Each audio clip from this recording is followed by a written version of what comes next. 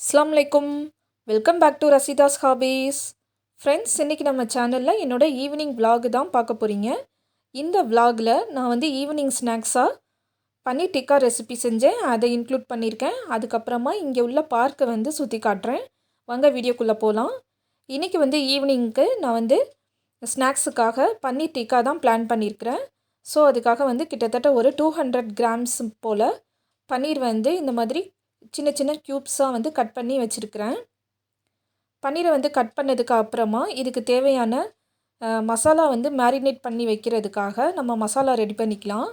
இதுக்காக பார்த்திங்கன்னா நான் ஒரு 3/4 கப்பு போல் தயிர் எடுத்து வச்சுருக்கேன். நல்லா கெட்டியான தயிராக எடுத்துக்கோங்க. ஒரு 1/2 டீஸ்பூன் வந்து மஞ்சத்தூள் சேர்த்துருக்கிறேன். தேவையான அளவு உப்பு எடுத்துருக்கிறேன். கரம் மசாலா 1 டீஸ்பூன் சேர்த்துக்கலாம். சில்லி பவுடர் வந்து 2 டீஸ்பூன் சேர்த்துக்கிறேன். காஷ்மீரி சில்லி பவுடர் யூஸ் பண்ணிங்க அப்படின்னா ஒரு நல்ல கலர் கிடைக்கும். ஆனால் என்கிட்ட அது இல்லை. அதனால இப்போது நார்மல் சில்லி பவுடர் 2 டீஸ்பூன் எடுத்துருக்கிறேன். 1 டீஸ்பூன் மிளகுத்தூள் சேர்த்துக்கோங்க. 1 டீஸ்பூன் ஜீரகத்தூளும் போட்டிருக்கேன். 1 டேபிள் ஸ்பூன் எண்ணெய் சேர்த்துருக்குறேங்க. 2 டீஸ்பூன் இஞ்சி பூண்டு பேஸ்ட்டு சேர்த்துக்கிறேன். இப்போது இது எல்லாத்தையும் நல்லா மிக்ஸ் பண்ணி விட்டுக்கலாம். இந்த தயிரில் பார்த்திங்க அப்படின்னா லைட்டாக புளிப்பு இருக்குது. அதனால நான் வந்து லெமன் சேர்த்துக்கல. நீங்கள் ஃப்ரெஷ் தயிர் யூஸ் பண்ணிங்க அப்படின்னா லைட்டாக கொஞ்சம் லெமன் ஜூஸ் சேர்த்துக்கோங்க. அப்போது புளிப்பு சுவைக்கு ரொம்ப நல்லாயிருக்கும் பன்னீர் டிக்கா. இப்போ இதில் நல்லா கட்டி இல்லாமல் ஸ்மூத்தாக இந்த மாதிரி மிக்ஸ் பண்ணி விட்டுக்கோங்க. இதில் பைண்டிங்காக 1 டேபிள் ஸ்பூன் போல் கடலை மாவு சேர்த்துக்க போகிறேன். கடலை மாவு சேர்த்ததுக்கப்புறமா மறுபடியும் நல்லா மிக்ஸ் பண்ணி விட்டுக்கிறேங்க. இப்போ பார்த்திங்க அப்படின்னா மேரினேட் பண்ணி வைக்கிறதுக்கு மசாலா ரெடி ஆகிடுச்சு. இதில் கட் பண்ணி வச்சுருக்கிற பன்னீர் துண்டுகளை சேர்த்து லைட்டாக மிக்ஸ் பண்ணி விட்டுக்கோங்க. மிக்ஸ் பண்ணும்போது பன்னீர் துண்டுகள் வந்து உடைஞ்சு வராமல் கேர்ஃபுல்லாக பார்த்து மிக்ஸ் பண்ணிக்கோங்க. இதில் வந்து ஒரு க்ரீன் கேப்சிகம் வந்து பெரிய பெரிய சைஸில் வந்து கட் பண்ணி போட்டிருக்கேன். மோரார்லெஸ் வந்து இந்த பன்னீரோட சைஸுக்கு ஈக்குவலாக இருக்கிற மாதிரி கட் பண்ணி வச்சுருக்கிறேன். கேப்சிகம், ஆனியன் இது ரெண்டையும் இந்த மசாலாலேயே சேர்த்து பிரட்டி வச்சுக்கிறேன். மினிமம் வந்து 1/2 அன் ஹவராவது நம்ம மேரினேட் பண்ணி வைக்கணும்.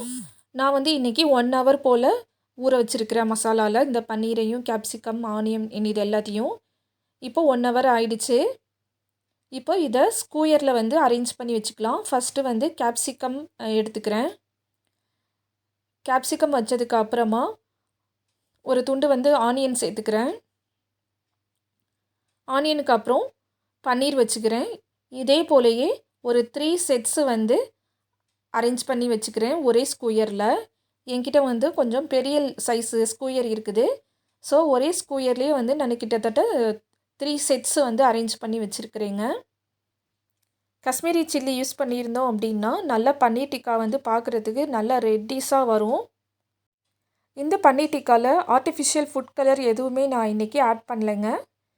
இப்போ பார்த்திங்கன்னா ஒரு தோசைக்கல்லில் வந்து பட்டர் சேர்த்துக்கிறேங்க. பட்டர் மெல்ட் ஆனதுக்கு அப்புறமா நம்ம பண்ணி வச்சுருக்கிற பன்னீர் ஸ்டிக்ஸை வந்து இதில் ஒன்று ஒன்றா சேர்த்து ஃப்ரை பண்ணி எடுத்துக்கலாங்க. இப்போ பட்டர் நல்லா மெல்ட் ஆகிடுச்சு. பட்டர் இல்லை அப்படின்னா இது கூட நம்ம ஆயில் கூட சேர்த்துக்கலாங்க. பட்டர் சேர்த்தோம் அப்படின்னா நல்லா ஒரு மணமாக இருக்கும். இப்போது பன்னீர் ஸ்டிக்ஸ் எல்லாத்தையும் ஒன்று ஒன்றா வச்சு நல்லா ஃப்ரை பண்ணி எடுத்துக்கலாங்க. கொஞ்ச நேரத்துக்கு ஒரு தடவை இடையில வந்து நம்ம இந்த பன்னீர் ஸ்டிக்ஸை 4 பக்கமும் நல்லா ரொட்டேட் பண்ணி நல்லா ஃப்ரை பண்ணி விட்டுக்கலாம். ஒருவேளை உங்ககிட்ட ஸ்கூயர் இல்லை அப்படின்னா நார்மலாக ஃப்ரை பண்ணுற மாதிரியே தோசைக்கல்லையே வச்சு இந்த பன்னீர் எல்லாம் நம்ம ஃப்ரை பண்ணி எடுத்துக்கலாங்க. அதுவும் ரொம்ப சூப்பராகவே வரும். இப்போ மேலே கொஞ்சமாக பட்டர் பீஸை சேர்த்துக்கிறேன்.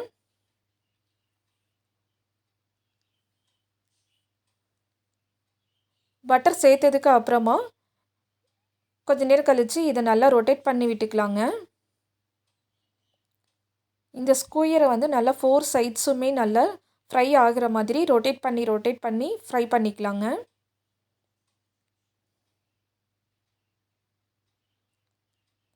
இப்போ பார்த்திங்கன்னா ஒரு பக்கம் நல்லா ஃப்ரை ஆகிடுச்சு. இன்னொரு பக்கம் நல்லா ரொட்டேட் பண்ணிக்கிறேங்க.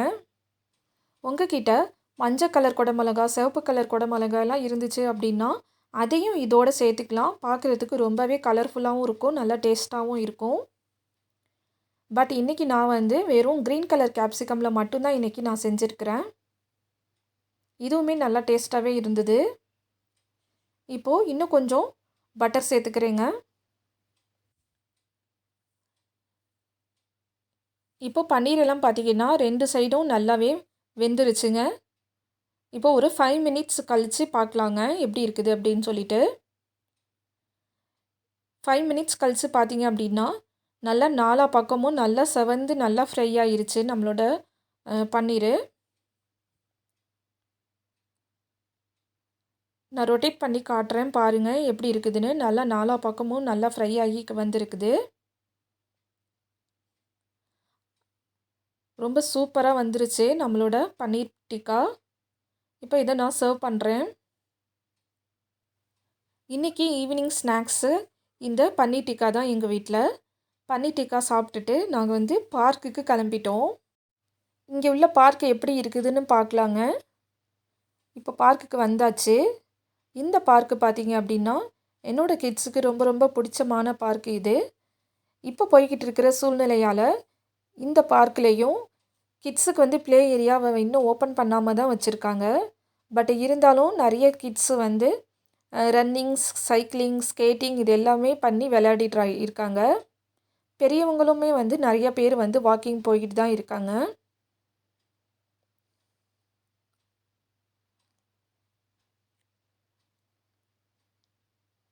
கொரோனாக்கு முன்னாடி இந்த பார்க் வந்து எப்போவுமே நல்லா கஜகஜன்னு தான் கூட்டமாக தான் இருக்கும்.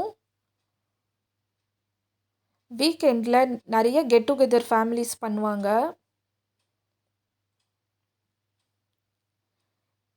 இந்த பார்க்கோட சென்டர் பார்ட்டில் வந்து இந்த மாதிரி ஒரு ஏரியா இருக்குது. இது ரொம்ப ரொம்ப அழகாக இருக்கும். இங்கே பார்த்தீங்க அப்படின்னா 2 பக்கமும் வந்து டேட்ஸ் மரம் வச்சு அதுக்கு பக்கத்துலேயே வந்து நிறைய தூண் பில்லர் மாதிரி வச்சுருக்காங்க. அந்த பில்லரில் வந்து மேலே லைட்டிங் எல்லாம் செட் பண்ணியிருக்காங்க. ஸோ பானை மாதிரி வந்து பாட்ஸ், ஃப்ளவர் பாட்ஸ் எல்லாம் வச்சு ரொம்பவே அழகாக மெயின்டைன் பண்ணிகிட்ருக்காங்க. இந்த வாட்டர் ஃபவுண்டெயினை சுற்றி நிறைய பெஞ்சஸ் போட்டிருக்காங்க. இதில் உட்காந்து நல்லா ரிலாக்ஸ் பண்ணுற மாதிரி கெட் டுகெதர்லாம் பண்ணோம் அப்படின்னா ரொம்ப ரொம்ப நல்லாயிருக்கும். இப்போ இந்த வாட்டர் ஃபவுண்டெயின் கூட ஒர்க் ஆகாமல் இருக்குது.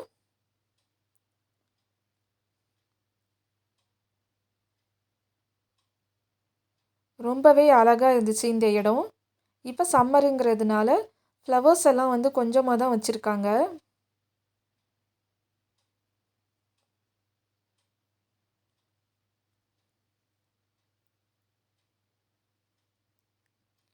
இதுவே வின்டராக இருந்துச்சு அப்படின்னா நிறைய கலர் கலராக ஃப்ளவர்ஸ் வச்சுருப்பாங்க.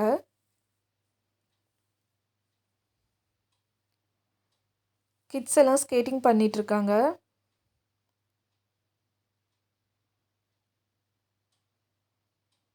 இங்கே பார்த்தீங்க அப்படின்னா 4-5 கிட்ஸு வந்து ஒன்றா சேர்ந்து குரூப்பாக விளையாடிட்டுருக்காங்க.